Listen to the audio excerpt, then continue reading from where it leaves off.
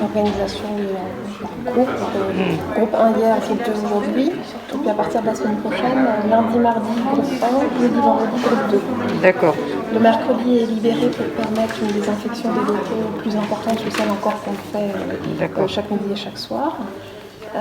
Et puis ça nous a permis de regrouper toutes les heures à l'emploi du temps sur ces journées-là. Donc on a des journées de 7 heures de cours sur les 8 créneaux proposés dans l'établissement. L'idée étant, dans la mesure où ils sont plutôt restreints finalement sur le temps de midi et sur le temps de limiter au maximum ces temps-là et de mettre à profit le temps de présence pour que ce soit un temps d'enseignement et d'accompagnement des élèves. Donc on a refait complètement les emplois du temps pour permettre aussi aux collègues de venir sur des plages horaires. Si on avait laissé l'emploi du temps les profs présents, il y en a combien? On n'a que 4 collègues qui assurent leur enseignement entièrement à distance, de par une problématique particulière. Pour le reste, ils assurent tous l'enseignement présentiel. Alors on est sur 36, donc 32 sur 36. Ok. Voilà. Le restaurant, ça se passe alors, oui, sereinement, mais ceci étant dit, c'est des conditions particulières parce que là où habituellement on a 6 élèves par table, on est plutôt à 2 élèves par table pour permettre la distanciation. Et puis on est sur un repas qui a été complètement repensé parce qu'on nous a demandé de ne plus utiliser de couverts et d'être sur un repas simplifié.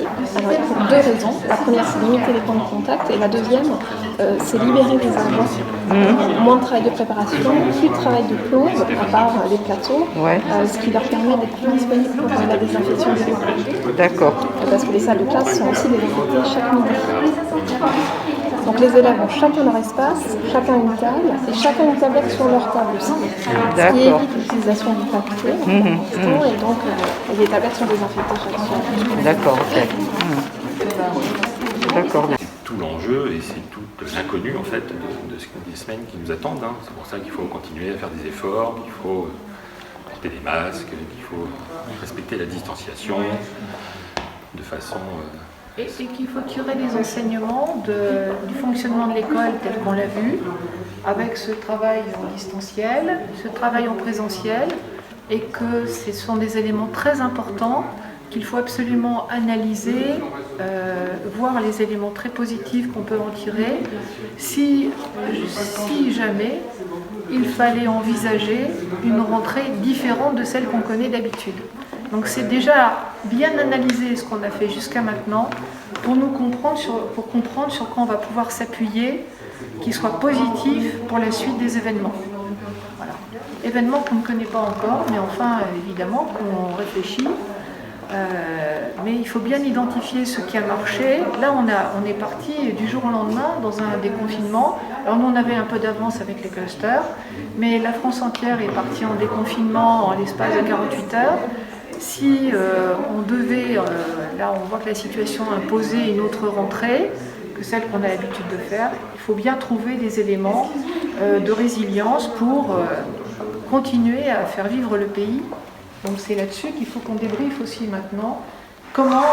Qu'est-ce qu'on constate maintenant dans la période, cet enseignement à distance, cet enseignement en présence, qu'est-ce qu'il faudrait garder si on était contraint d'aller plus loin dans le temps. On est à 50% en fait sur les 6e, 5e. Après ça partout. Un petit peu plus gros, moins c'est la moitié. Comme les 6e, 5e, c'est à peu près la moitié des collèges, grosso modo. Ça fait la moitié de la moitié, ça fait un quart. Pourquoi cette visite? Alors, pourquoi cette visite?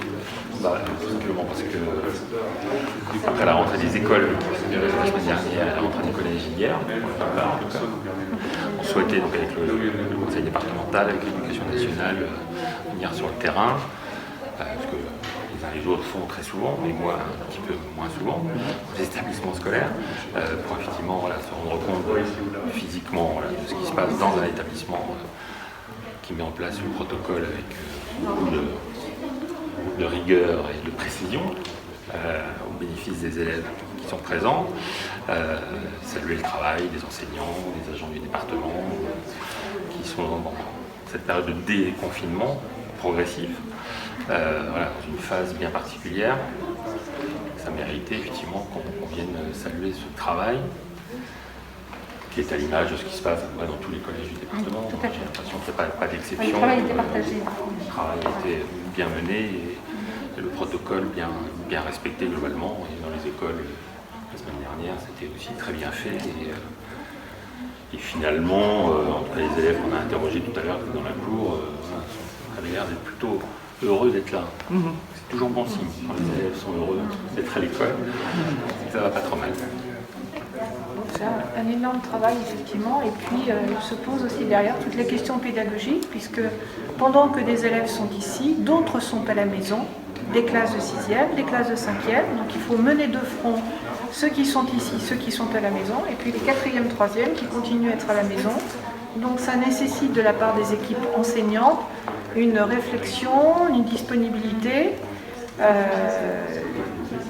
qui permettent de suivre les différentes catégories d'élèves là.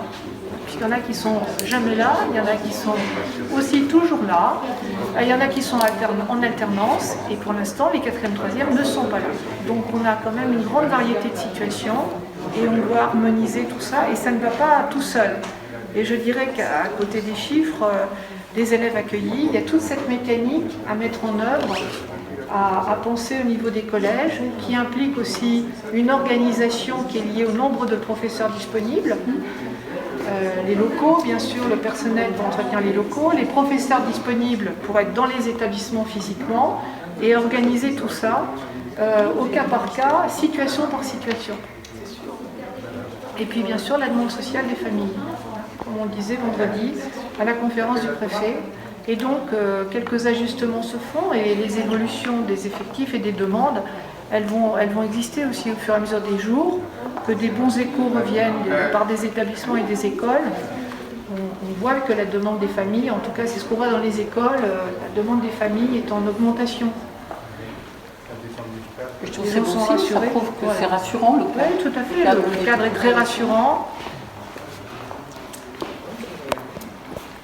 Le conseil départemental a accompagné également sur le partenariat et surtout avec des équipes de restauration, d'entretien, avec un point fort sur les équipements pour le personnel, en masque et en solution hydroalcoolique, en protocole d'utilisation sanitaire des lieux, des actions, et une grande action de désinfection qui a lieu dans les classes de façon régulière et organisée dans les collèges. Le conseil départemental a accompagné également avec les tablettes, le prêt de tablettes auprès des enfants pour leur permettre d'avoir une activité à domicile pour suivre à distance les cours et les enseignements. 1200 tablettes ont été prêtées aux familles.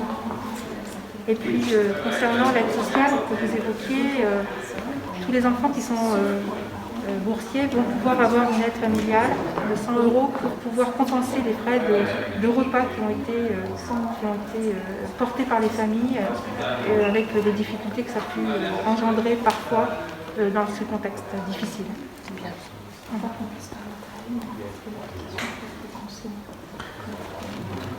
Désormais, le calendrier, c'est l'éventuelle rentrée des classes de début juin maintenant. Voilà, lycée et 4e, 3e.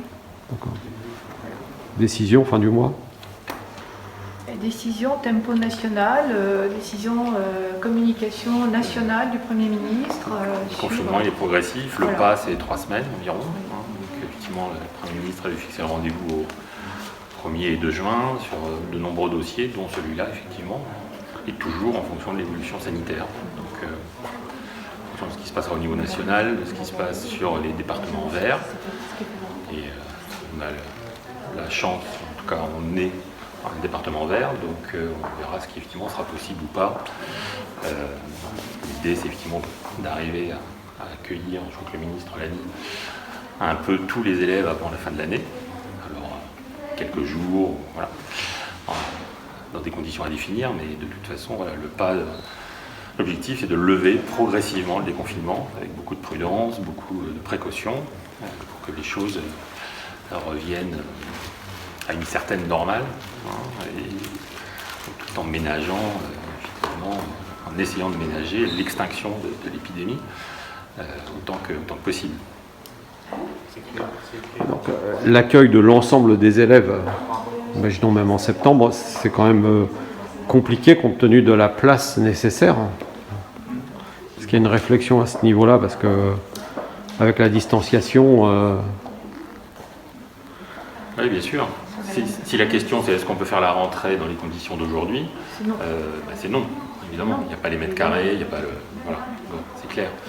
Donc il faudra que la situation de septembre soit différente. C'est assez simple en fait. Il faut que la situation de septembre, que la situation sanitaire soit différente pour que l'accueil puisse se faire de façon plus habituelle, avec les effectifs habituels sur